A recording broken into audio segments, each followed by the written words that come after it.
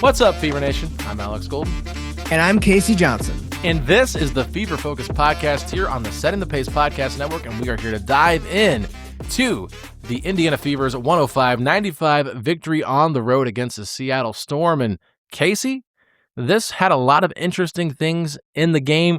We had Aliyah Boston leaving the game early in the second quarter with a pretty bad injury that looked rough, maybe not as bad as we thought it was initially.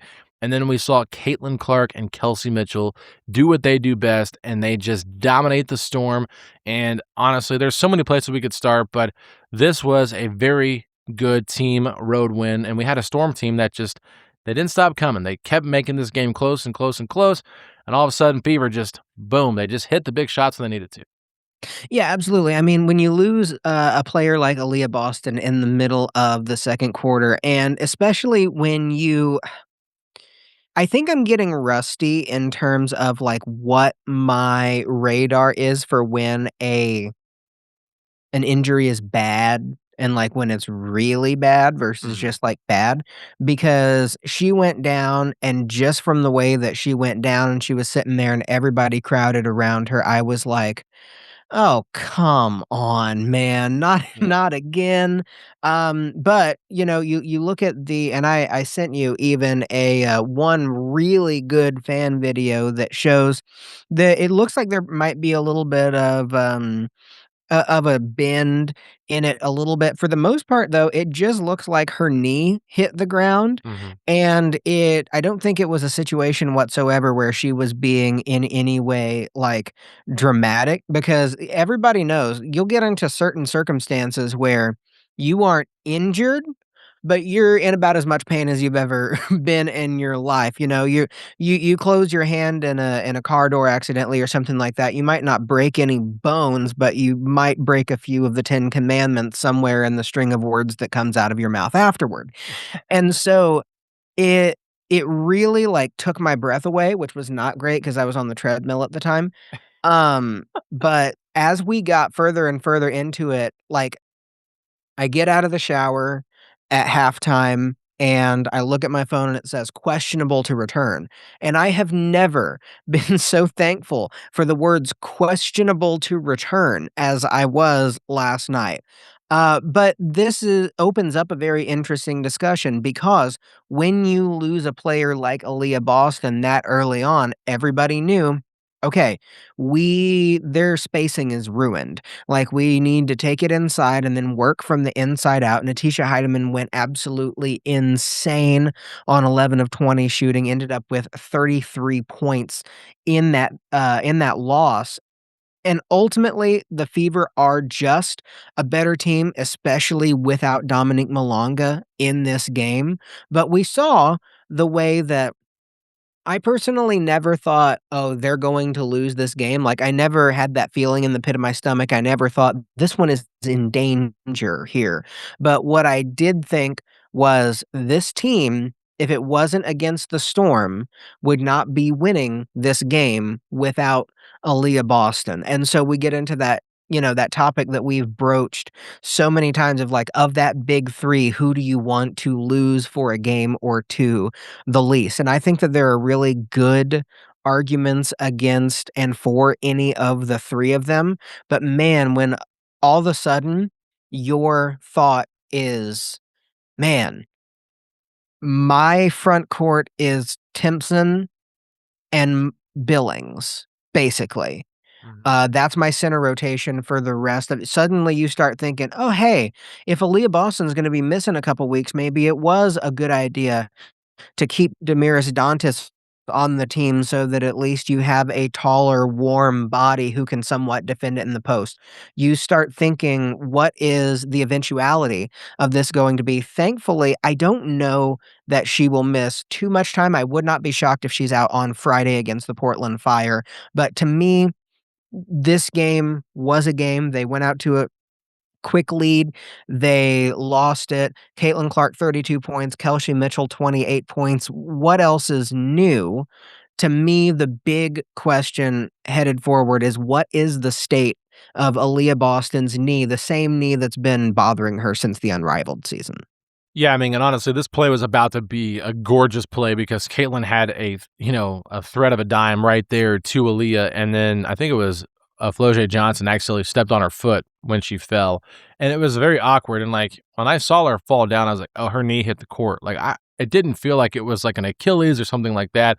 But I think every Indiana basketball fan just gets the worst possible feeling whenever they see somebody go down, especially when the whole team pretty much surrounds them, and then they It's got whenever the towels up there. towels come out. It's the towels Yeah, for me I every was like, that time. seems a little dramatic, but like, let's hope for the best. I'm not gonna sit here and overly like be concerned about this, but I was like, she does not need to come back in this game Mhm. because the Fever were up by so much at this point when she went out. And then that's when the Storm saw their window kind of open up, and they were like, "All right, we're attacking now." And rightfully so. Like, Aliyah Boston is a starter on the All Star team for a reason. She's that freaking good. And when you look at the big depth on this team, like, yeah, we've got solid role players behind Aliyah Boston, but they do not do what Aliyah Boston does. And like even Kelsey said after the game, how she has to adjust to not playing with Aliyah on the court because she opens up so much for her and what they do in the game. So, they run a ton of their offense through Aliyah, and I love that they're doing that more and more as the season prolongs. But to me, this was just one of those things where Kelsey really didn't have a great game until she got going in the fourth quarter. I mean, she scored 18 points on 6 of 7 shooting in that fourth quarter. You really just saw her kind of light up, and it was funny because she hit the first 2 threes of that quarter. The very next play, they could have got her the ball again, and she was so annoyed that Maisha Allen like drove to the basket and like missed the layup. I don't usually see Kelsey Mitchell just like so visibly frustrated, but for her to like kind of like slap her hands on her shorts and be like, "Oh, give me the ball, I'm feeling it right now." Like I wanted to see her do that, but like you can't say enough great things about what her and Caitlin did because Caitlin had 16 in that third quarter. So, Caitlin, I think, had like 2 or 4 points in the fourth. She really didn't have to do too much, play too much either. So it's just one of those things where when you don't have Aliyah Boston, it's kind of simpler, I think, at times to just say, here's our offense. It's the Caitlin and Kelsey show, and everybody else just figure out where you need to be at. But uh, I thought this was just a great game, and honestly, like that first quarter, Sophie came in so hot, Casey, like 11 points in the first quarter for Sophie. Like, I mean, the way she just shoots the ball immediately after she catches it. Like, I don't really see a lot of shooters that do that even in the NBA. Like, she doesn't really even get herself set. I don't know how she does it. Like, she airballed one really bad that she took. I think it was in like the second or third quarter. And I was like, yeah, that's probably a little bit of a rush shot. But she's just been in such a rhythm, and we've talked about her being one of the hottest three-point shooters in the league, so to see her go out there and just knock those threes down and kinda get going, it was great. But this really, to me, like, those two, of course, Caitlin and Kelsey, they just carry this team all the time. It's what they do best, and honestly, just if I'm being completely fair to everybody that played, we can say this might have been Monique Billings' best game of the season. I don't know how you feel about that, but that's how I felt. I at the very least think that we are starting to see Monique Billings be what we thought Monique Billings was. And the only pushback that I would maybe have against you in calling this her best game of the season is the fact that she has had a couple of games in the last couple of weeks that has looked eerily similar to this one. Mhm. And that's not a bad pushback to have. It's not like, oh my gosh, this has not been a good game for her. No, it really was 14 points, 11 rebounds. This is exactly what we need from somebody like Monique Billings. And there was one rebound, man, that just sticks out in my mind. Caitlin shoots it, it's offline, and Monique Billings. Okay, weirdly, this always makes me think of specifically NBA 2K3, which I played a lot when I was a kid.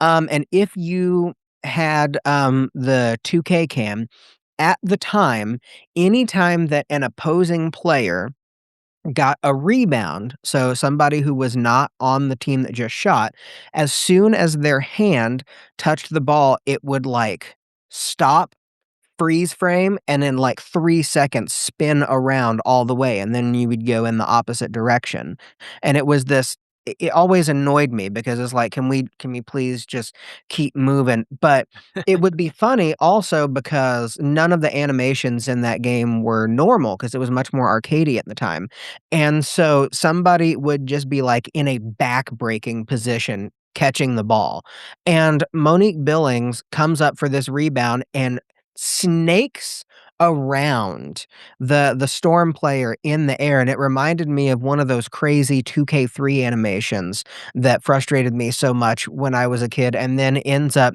passing it back to, I believe, Caitlin, who scored with a layup. But this is the eventuality of what we really hoped that Monique Billings would be. And, 14 points is above her standard as it sits right now. But man, if she can just get like 8 points, 6 rebounds in a game, and a couple of those are offensive rebounds, then that is all that we need from Monique Billings because she is, and I've talked about this so many times, she's getting this team extra bites at the apple, and that's all that you can ask for, and if you bring putbacks and you bring movement and you bring a couple of cuts to a streaking Monique Billings for a layup into it, then that's just all the better.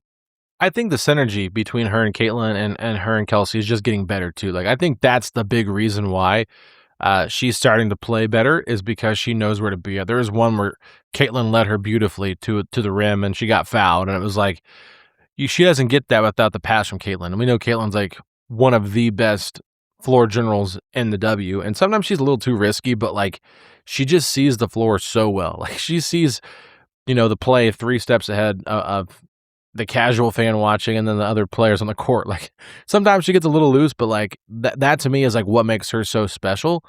But I can't get over the efficiency that we're seeing from Clark over the last 4 games. I don't know if you saw this stat or not, but over the last 4 games in just 29 minutes per game, she's averaging 30.3 points, 8.8 assists, 4.3 3-pointers made, 1.5 steals per game, 1.0 blocks per game. She's shooting 56, 50, and 95 splits and a freaking ridiculous 79% true shooting percentage. I mean, we're seeing Caitlin Clark turn into MVP Caitlin Clark right before our eyes. We were very like, what are we going to make of her this season, right? Because we know how talented she is. At just 24 years old, came into the W as a rookie, guns a-blazing. Last year, of course, missed quite a bit of time, didn't really have the year that she wanted, and then kind of got off to a slow start this year. A lot of high turnover games, a lot of like inefficient games scoring-wise, always listed with that back injury as probable, right? Like it's just like what is to come of Caitlin Clark and Casey. I'm just like so excited for what we're seeing now because this is what everybody like talks about when they say she's one of the top 5 players in the league, top 4 players, whatever. This isn't the 11th best guard in the WNBA because she took that personal, and I want to thank them for giving us that bulletin board material because that is the last thing anybody should ever give Caitlin Clark is just more things to motivate her to be even better. But like, I cannot get over what she's done. And that's not even talking about what Kelsey's done in the last whatever X amount of games, 10 plus games where she's dropped like 20 or more points. I mean, this is just an insane heater for both of these women.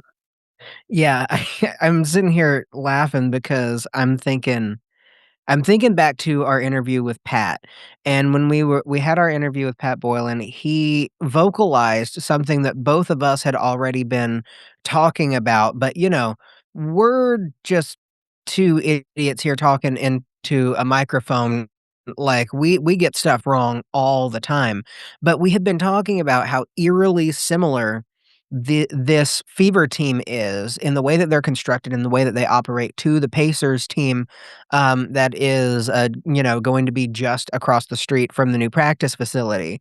And you were just saying that, and you said, "Man, I'm glad that the her peers thought so lowly of her because it lit a fire under them, and all I could think was overrated." And Yeah. all I could do was think about Tyrese Halliburton because a lot of the mysticism that we saw last year had something to do with the fact that Tyrese Halliburton was rated as overrated. When you have this kind of a mindset, stuff like that doesn't even hardly annoy you, it just fuels you. And Caitlin Clark is starting to become exactly what Caitlin Clark was always meant to be. It took a little bit longer than some of us thought, but there's going to come a time very, very soon when the people who don't like to mention her at all or like to think that she is less than what she is are not going to be able to deny it anymore. There's going to come a point where she is going to be probably a dang near consensus league MVP, because if this is the second half of a season that started somewhat rough, as most teams started at least somewhat rough around the W, and we've talked about all of the reasons why things started rough. We've talked about all of that. But man, if this is the Caitlin Clark that we are going to be getting moving forward, then I don't know. The Gamebridge Fieldhouse is starting to become really cluttered with banners. We might need to figure out a place to put another one sooner rather than later. It's been incredible. I just people are talking about this Fever team now as a potential finals team or, a championship level team. And I think it was Rebecca Lobo that said today on ESPN that without Aliyah Boston, they can only get so far. And I would agree with that. And we kind of saw last year, like without Caitlin Clark, they're right there on the cusp of making the WNBA finals. And some people might think they should have made it, right? Just based on how they played that game 5 and just, a couple of bad breaks here or there and whatever. But, you could say the same thing for the Aces, a couple of bad breaks for them, and they win that one in regulation. So it was a very tough battle for them to even get to where they got to last year. But without this three-headed monster being healthy and ready to go for the playoffs, they don't stand a chance with just the two of them at winning a title. This league is too deep right now. But, I mean, look at Seattle. Like, they're not a good team. Let's be honest. The record's not very good. But, like, they play a style that can get them right back into the game with their elite shooting, right? And that's what happened. They just got hot, and all of a sudden, a 15-point lead gets down to 5 in just, a minute or so. And you're like, how did that happen? And thankfully there was, some smart challenges there by the coaching staff to kind of, swing momentum. And I can't say enough about that Kelsey Mitchell 3 at the end of the half to kind of give the Fever a little bit more cushion, because that was, the turning point, I feel like, of the game, because the Storm were right there. And it was like, oh God, I'm getting flashbacks to the game when Caitlin went off and had her, breakout scoring moment here in Gamebridge. But I was like, I don't want a repeat of that. Let's just get this win and let's be a little bit more strong in our play. But other than the players we've talked about, I think the one thing that stands out to me from this game is just the assist differential. Casey, 16 assists for the Fever to just, I believe, is it 7? Is it 8 assists? Is that all that they had for the Storm? Am I reading that right? No. Or 17. It's 7. Yeah, I'm reading 17. the wrong. 17 to 16. A lot of these stats were pretty much identical, which is very bizarre to me. It's just the shooting percentages for the Fever through the roof compared to what the Storm shot. I mean, 51 to 40.5, and then 54 from 3 to 32.4. That's pretty ridiculous. So, just love the way the Fever are playing. And honestly, I don't know the last time I've seen a team go 100% from the free throw line. 26 of 26. That's pretty incredible. Yeah, and Ryan Ruocco was speaking at the end of the game on the broadcast, and he said, "And just so you know, if the Fever get fouled again, we're going to have a chance at history, because like 4 teams or something like that have gone 27 of 27. Nobody has ever gone 28 of 28, but the Storm basically just ended up, inbound, like defending the inbound pass and then not really worrying about anything afterwards. So we never got that chance at history, which is totally fine. But yeah, you touch on something that's very important, and that is how far can the Fever get if Aliyah Boston has to miss time? And that's why I currently have the schedule pulled up. So I would go so far as to say I would think she would be back by next Thursday. If she's going to, if we're even going to be, because her being on the bench for the entirety of the second half was really, really nice. Like, she probably just banged her knee. She was in a lot of, I feel like they bring out, the towels a lot more in the WNBA than they do the NBA, and nobody get mad at me when I say this because I'm gonna it's not a hateful thing that I'm saying. I think that they do that partially because they're women, and, like, the nobody wants the pictures and the video to get out there of a woman crying because all of these women have had to fight so hard to be taken seriously as athletes. As Yeah. soon as a woman starts crying, I mean, we remember when Caitlyn started crying when she re-injured her hamstring last year, how many pictures, ended up floating around of her breaking down and all of that. So, I think that that's why they bring the towels out, is just because they are so touchy, rightfully so, around that subject. But if we are to take that and the fact that she was on the second half, in the bench for the second half rather, as a sign that she would be back by next Thursday, I would say she might miss Friday and Sunday's game, but just for the purposes of argument, let's say she misses 2 weeks because they play exactly 2 weeks later against the New York Liberty. So, if she's out for 2 weeks, she will miss 4 games: the Portland Fire, Minnesota Lynx, Las Vegas Aces, and Chicago Sky.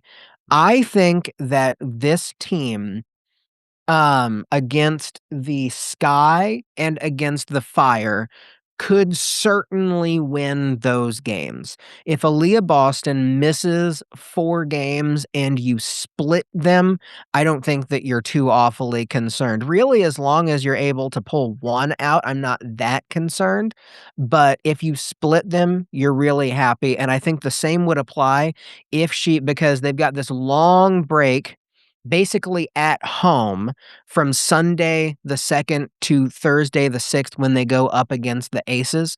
So, to me, if I were on the coaching staff, unless there is any, like, "Oh, no, she's absolutely good to go," maybe have her sit for at least the Fire game, if not the Sunday game versus the Lynx, Hmm. and if you go 1 and 1 in those games, you're not too awfully concerned about it, but I think that this team showed, at the very least, between Caitlyn and Kelsey and Sophie, and then if Monique Billings, because a lot of the time earlier in the year when they were missing Aliyah, that was before Monique Billings knew what she was doing in the context of a Fever offense. They were still learning each other. So if Monique can be the Monique that we saw last night between those other scorers, I think that they can put up enough points just to straight up outrun people. But we have not seen them against the buzzsaw of the Lynx this year at all. It is a blistering hot sports summer, and you can make all your picks on PrizePicks. The WNBA and baseball are heating up, and with big tennis slams and major golf tournaments on the horizon, there's no better place for all your summer sports picks than PrizePicks, America's #1 sports picks app. The thing I love about PrizePicks is how easy it is to follow sports and develop a rooting interest, and it works everywhere in America. You know, I'm a pretty big sports fan, and with PrizePicks, I'm making picks on the WNBA, soccer, and even baseball. Prize Picks, they make it super easy. All I need to do is pick more or less on 2 to 6 player stats, then I submit my lineup and I can follow along with the progress right there in the app. And with their new blended lineups, I can add a winner, spread, or total pick on top of my player picks for even bigger payouts. It makes watching the games even more exciting when every goal and every pass could win me money. Now look, the biggest stars in women's basketball are in the heart of their season, and there's no better place to run your game on the W than PrizePicks, America's #1 sports picks app. We've got MVPs raising their game to new heights and a rookie class ready to take over, all while teams like the Indiana Fever are fighting for playoff positioning. So make a lineup with player stats, pick game winners, spreads, or totals, and combine your picks in the same lineup, all on PrizePicks, now available in all 50 states.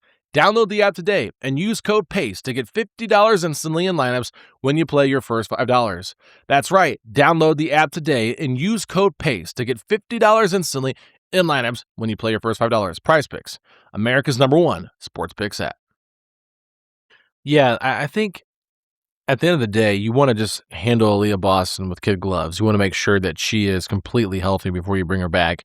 As much as the fan of me wants to see her healthy against Minnesota and see this Fever team at full strength, I would much rather see her healthy in the playoffs than come back early from an injury and re-aggravate something. So I just want to preface that. That being said, the fact that she was questionable to return last night does lead me to believe that I would be more surprised if she misses a ton of time with this injury. We've already seen her kind of be, cautious with the injury and things like that. So I agree. I would not be surprised if she misses Friday's game against Portland, and then maybe on the road trip home, stop in Minnesota and play that one. That one would not surprise me. But even then, if she's out, like you said, give her until the 6th, right, to come back against the Aces. That's a big game too, and that's at home. And so that gives you plenty of time to rest, heal that injury up, and not overthink it. But the Fever are just in a really good spot right now because they've won enough games as of late where they don't have to feel like that every game matters like it used to. Like, it's still important. Like, don't get me wrong, the standings are still important, but I think they've got a little bit of wiggle room where they don't have to rush her back. And if they were in playoff contention and it was like, oh, if we don't win this game, we could fall out of the playoffs, like that could be more of a reason to try to push her back quicker. They don't have to do that. Caitlin and Kelsey, we've been talking about how they've been playing their best basketball right now. Monique's playing her best basketball right now. And for the most part, Michaela Timpson is playing her best basketball right now too. So it's like you've got a lot of people kind of stepping up. Sophie's been playing really well. I think Lexi is still the one that I'm just like I want more from what I've seen. Mhm. I'm not getting enough offensively from her. I felt like she was better last year. That just to me is sad that she's not the same level offensively. Even though she's not nearly getting as many touches because of how the offenses ran. I'm not trying to say all that, but it's just like I feel like sometimes she just kind of feels invisible on the court, and that is from an offensive standpoint, not defensively, because we know what she does on that side of the court. I don't want to dismiss that, but Hines Allen, I mean, she's kind of got a lesser role now, right? She's playing the fourth most minutes out of the bigs, right? But when she gets in there, you kind of feel her presence. She's hitting threes now. Like, okay, what are we gonna just see Hines Allen like continue to make threes on a consistent basis? That is crazy to me, but I don't know. I just wanna see what this team can look like. And honestly, if they don't have Aliyah, I'd be very curious to see how they do play against Minnesota. Like the Fire game, that game, they need to win that one regardless. But I'm not like overly concerned if they lose a game to the Fire because the Fire have kind of been one of those teams that can surprise you. But I think against Minnesota, like with or without Aliyah, they got to come in ready to send a message because I think we kind of know. I don't know. I wouldn't say there's beef, but definitely some animosity from Fever fans specifically towards Coach Cheryl Reeve, right? Like, there's people who don't really care for how she didn't have Caitlin Clark on the Olympic team, and then it just feels like everybody's already trying to crown Olivia Miles as the next great point guard, like better than Caitlin. I mean, I've heard people starting to talk about that online and things like that. So I think there's going to be some incentive, some motivation there. Then you got Natasha Howard, revenge game coming against the Fever again. So there's just a lot of different angles here, but I'm not trying to overlook the Fire game, but I'm really excited for this game against Minnesota. I want to see it so bad, Casey. Yeah, absolutely. I will slightly disagree with you in that I would be a little bit more hesitant to say I wouldn't mind if they or wouldn't be too concerned if they lost against the Fire. We have to remember that the Fire just lost Sarah Ashley Barker.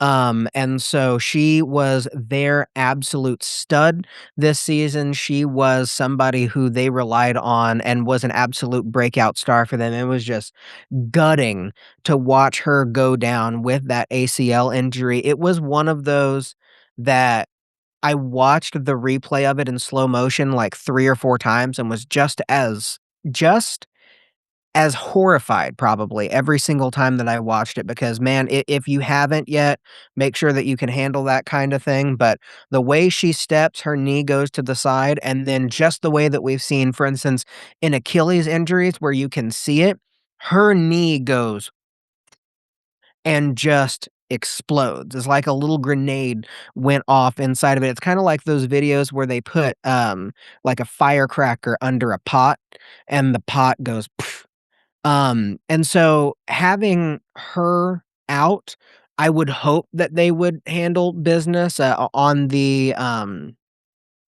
On the page on ESPN, that's the matchup predictor, according to the analytics, they have a 20% chance to win the game. So you would hope that the Fever are able to do that. But again, and we haven't touched on this quite so much yet, but this is another one of those weird WNBA road trips where you go all the way out to the Pacific Northwest for like 3 or 4 days because you gotta get your games in against all of those teams. But man, I'm with you. I'm excited to see how they match up against the Minnesota Lynx. You know that they're going to walk into it with a chip on their shoulder. You know that they're going to walk in, with some form of a fever focus, if you will, Mm. that we have Da-na-na, rarely da-na-na. seen dialed into one game this season. And the Minnesota Lynx are an absolute wrecking crew. You are almost certainly going to have to go through them if you're going to go to a championship. As Ric Flair said, to be the man, comma, woo, comma, you've got to beat the man. And the Minnesota Lynx are absolutely the man to beat, and they just got their MVP back. Yes, they did, and the queen is back. It's good to see her back. It's good to have her healthy. I've really always kind of admired her as a player from afar. And maybe this is just a small market thing, but I've always kind of like cheered for Minnesota, whether it's NBA or WNBA. And Maya Moore like makes Minnesota easy to cheer for. You know what I'm saying? Because she was such a fun player to watch. But like even like during like the Kevin Love MVP days of Minnesota, like it was just kind of fun to like root for Minnesota because they're a small market. Nobody really cares about them. We know And their pain. yeah, that's exactly it. So it would be pretty wild to see Indiana versus Minnesota in the championship, right? Like that would be a lot of fun. But it's just really interesting to me because right now the Fever are the best team in the Eastern Conference. They are 18-10, the number one record in the East. They're the fifth best team in the league. And the top four teams are in the Western Conference. So it just kind of shows you like, all right, maybe the power of balance is, over in the West. Dallas has really had a really good, strong season. Paige Beckers and that team over there has been unbelievable. Golden State, we just saw them a couple of weeks ago. Their defense is just incredible. The Aces, though, the Fever have had their number. And, I feel pretty good about that matchup with them and the Minnesota. They've always been kind of a problem, not just for the Fever, but for everybody. They've won 8 in a row. So they, they are just very, very freaking good. So I'll be interested to see what happens. But as we kind of close things out here, Casey, I don't know if there's anything else we want to touch on this podcast or not. I'll kind of leave that one up to you. But I thought this was a very good way to get things started after coming back from the break. You draw an opponent that's not the strongest, kind of let you get your feet back wet, get back into the groove, get back into the swing of things, and now you hopefully can keep carrying that momentum you had heading into the break. Now against two teams that really aren't that great in the W. Yeah, the only thing that I'll touch on, before we leave is my continual question that I have had, for basically the duration of this month from about July 10th or so as they were closing out that road trip. My eyes are squarely on what is their record in the 3rd quarter of the season, that middle 11 games. And in those games, they are 5-1. The only one that they have lost was that game against the Valkyries. Mm. And so that is squarely the way that I think of this Fever team when I think about them now. I'm not worried when they take the court anymore. I look at them and I can see the synergy between them. I can see the way that they're playing together. And it just so happens that this team is starting to hit their stride at what probably is the right time. We have seen teams, championship teams, get off to rough starts and then find their groove as the season goes on. You just had the Pacers general manager talking to you about that exact phenomenon this past week. And so this is something where we should all be very encouraged by what's happening. However, tomorrow or today as you're listening to this, quite possibly, whenever that first injury report comes out, whether Aliyah is probable questionable, doubtful, that's going to determine a lot for me in how I feel moving into the weekend because Aliyah Boston and her knee, the recurring injury knee, is to me what is paramount in this situation. Yeah. Yeah, I mean, and I think I wasn't trying to be dismissive of the knee injury earlier, but I do think it's a good point to just reiterate that she's been dealing with this knee all season long. And so err on the side of caution, be careful. Now I want to ask you this. You said they're 5-1 in this third quarter of 11 games, right? Correct. Okay, so you kind of went through the schedule earlier. I'm just curious now as we look at it. Portland, Minnesota, and then home for the Aces, on the road against the Sky, and then home for the Liberty, who they just, completely dominated last time they played them. Out of those 5 games, with or without Aliyah Boston, what do you think their record is in the middle right there with 5-1 right now? So I would say they take the game versus the Fire. I would say that my personal belief would be that they would drop probably to the Lynx. I think Okay. that we found with this team, they need a loss to a team early on to Okay. kind of figure them out. So I would say that one would be one that you would lose. And then between the Aces, Sky, and Liberty, I think you're going to lose one of those 3, I would Okay. say. So I would personally say that they go 3-2 in the remaining 5, which is certainly not I mean, that's That's not 8 a and 3. problem. 8 and 3. Yeah, 8-3 is pretty dang good, so Yeah, I mean, even if they went 7-4 without Aaliyah in this stretch right here, like, I oh, think yeah. that's still very impressive. Like, 7-4 is good compared to early on in the season anyway. sure, absolutely. I'm just saying if you're without one of your best players and Right, potentially your of most course. important, right? Like, to still be 3 games above 500, and most of the ones she played in, for sure, but, like, if you can get wins against the Sky and the Fire without her, and you drop games to Minnesota, Las Vegas, and New York without her, like, that's kind of understandable, So it's like, she just means that much. It's not a knock on anybody else. It's just a way to kind of celebrate her and what she is as a player. So other than that, I think that's going to wrap it up for today's show. I think, there was some stuff that happened in the post-game press conference that there's viral videos about, and we didn't really dive into any of that stuff. I don't really think we need to dive into that. If you didn't see it already, just type in Fever Storm post-game on Twitter, and it'll pop up for you. It was all over my For You page today because I watched like 2 videos because I was curious what happened. I had to go to my following side, Casey, on Twitter, because it was getting just really exhausting having to hear both sides determine what the Fever should have done there. Yeah, yeah, it's definitely one of those situations where, ah, I made a whole 32-minute long video about it. Yeah, by the Just way, go this watch is that. this is my first time on air to talk about this, but Casey started a new series on our YouTube channel called Fever Focus: The Wide Angle, correct? Yes, sir. Okay, I just want to make sure I had the. I was like, I was pretty confident I was saying it right, and then I was like, of course this idiot's gonna mess I it up. heard the little Second uh-oh. guessing. Yeah, like, wide angle, right? Like, that's it, right? So, no, you posted, I think, Saturday around 5 o'clock? Yep, Saturday at 5. Yeah, we premiered it on YouTube. I was not able to watch premiere live. I was busy, driving back from, being out of town, so family. And when I was able to turn it on, I was like, wow, like Casey cooked. Like that was my first response was like, wow, Casey did a lot of work and research on this. And I really enjoyed it. And I thought you articulated it really well. Saw nothing but positive really from the fan base. There was a couple comments in there that were like, oh, well, I just, just people being dumb. But like the majority of people that watched it were just, giving you your flowers, and rightfully so. I mean, I thought you just absolutely crushed it. And the amount of work and research you put into that was really special. So we're not going to share that on the audio side of things. If you're a Setting the Pace Pacers listener and you check out the Fever Show as well, highly recommend going to our Fever Focus YouTube channel page where you can check all that out because, Casey's got the whole entire video production on that as well. So just felt like we would kind of be doing it a little bit of a disservice to not have it on the video side of things. So make sure you guys check that out. And I know this is just episode 1 of how many episodes are you doing in the series?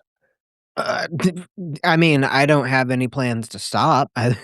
Okay, but you have another It's not. episode coming up in the works, Yeah, right? yeah. Script is pretty close to done for episode 2, so I'm tracking pretty well to be able to release that sometime next Okay. weekend-ish. Okay, so in the next 1 to 2 weeks, we'll have another episode of the Fever Focus Wide Angle YouTube series. So make sure you guys check that out. I thought it was great. It was a good 30 to 32-minute video that, I like the credits at the end. I was like, man, this is like legit. Like Casey's like giving out all the resources of where he found his information because that's what Casey does. He details matter to Casey. So Well, when you're going to be, taking so many people to task and claiming that so many people did so many things wrong, I think that it's really important to be able to back it up, right? yeah, Because ultimately, I got angry at the left, I got angry at the right, I got angry at opposing players, I got angry at opposing coaches, I got angry at the media. And in all of that, I wanted to be very fair about it. I wanted to toss, basically the same number of barbs at all of the different people. I didn't want to criticize the right more than I criticized the left. I didn't want to criticize the people with the political opinions more than the basketball opinions. I really wanted to keep this as fair as possible because the ultimate message is just that Caitlin Clark is being taken advantage of by a lot of people who want her to believe something that she's never said. And so I thought putting to use the school term, putting a works cited in there, I thought was incredibly important because I didn't really stray far away from just straight up, this is the fact and this is my opinion based off of the fact there. So, yeah, that was definitely something that I wanted to do. Now, figuring out how to do that in Adobe Premiere, because the last time that I did that, it was in a different spot. sure. That was fun. But yeah. Yeah, well, I've never messed with Adobe Premiere, so kudos to you for knowing how to do that. I've downloaded Adobe before. I've opened it up and I said, not for me. Let me find a more simple-minded thing for this idiot to work with. So I use Movavi Windows Movie Maker, and they're like, oh, you got to pay to use any of our sound for anything. I'm like, oh, or if not, you get a big watermark on it, and then it goes Movavi Movie Maker. I'm not gonna get out of here. I'm not gonna use this stuff. I'll just get other music I can find. Just so Yeah. dumb. I have to pay for your music? Cool. I won't. Yeah, your crappy music. Like I can make better music by just humming something else. I mean, good lord. I mean, anyway, I digress. This has been a lot of fun. Great to see the Fever dominate the Storm, and great to see Kelsey Mitchell continue her, 20 plus scoring streak here for what is it, 10 plus games, 12 plus games. I can't remember what it's been now, but she's on fire. Caitlin Clark's on fire, and now they get a chance to take down the Fire on, is it Saturday night, Friday night, Friday night, yeah, 10 Friday, PM. 10 p.m. Ugh. Yeah, they play Your Friday boy will and be in bed Sunday. by the end of that game. I'm sorry. I'm gonna try, but I do usually tend to stay up later on Friday, so we'll see if I can hold out for that one. But Beaver Nation, we appreciate y'all, and I know Casey was getting a little bit lonely by himself on the last episode, not being able to set anybody up. So, Casey, if you're glad the Fever are just playing as well as they are, hit us with those 3 words. Let's go Fever. Let's go, Fever.